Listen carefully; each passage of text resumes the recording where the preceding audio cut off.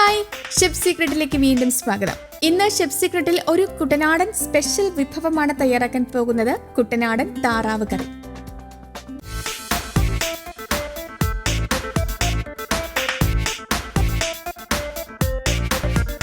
നമ്മളിവിടെ 1.5 കിലോ താറാവാണ് എടുത്തിരിക്കുന്നത്. നമുക്ക് ഇതിന്റെ ഇൻഗ്രീഡിയൻസുകൾ എന്തൊക്കെയാണെന്ന് നോക്കാം. കറിവേപ്പില ആവശ്യത്തിന്, വെളുത്തുള്ളി 20 ഗ്രാം, പച്ചമുളക് ആവശ്യത്തിന്, വെളിച്ചെണ്ണ 100 ഗ്രാം, ഇഞ്ചി 20 ഗ്രാം, മല്ലിപ്പൊടി 5 സ്പൂൺ, കുരുമുളക് പൊടി ആവശ്യത്തിന്, ഉപ്പ് ആവശ്യത്തിന്, പെരുംജീരകം ആവശ്യത്തിന്, മഞ്ഞൾപ്പൊടി 2 സ്പൂൺ, ഗരം മസാല 2 സ്പൂൺ, സവാള 5 എണ്ണം.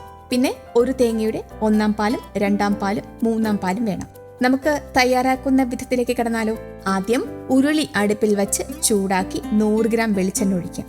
ഇതിലേക്ക് ആവശ്യത്തിന് പെരുംജീരകം, 20 ഗ്രാം വെളുത്തുള്ളി അരിഞ്ഞത്, 20 ഗ്രാം ഇഞ്ചി അരിഞ്ഞത് ഇട്ട് ഒന്ന് ഇളക്കി കൊടുക്കാം. അതിനുശേഷം ഇതിലേക്ക് ആവശ്യത്തിന് പച്ചമുളക് അരിഞ്ഞത്, 5 സവാള അരിഞ്ഞത്, ആവശ്യത്തിന് ഉപ്പും ഇട്ട് ഒന്ന് വഴറ്റുക. സവാള നന്നായി വഴന്നു വരുമ്പോൾ അതിലേക്ക് 2 സ്പൂൺ മഞ്ഞൾപ്പൊടി, 5 സ്പൂൺ മല്ലിപ്പൊടി ഇട്ട് ഒന്ന് ഇളക്കി കൊടുക്കണം. എന്നിട്ട് ഇതിലേക്ക് ആവശ്യത്തിന് വെള്ളം കൂടി ഒന്ന് ഒഴിച്ചു കൊടുക്കാം.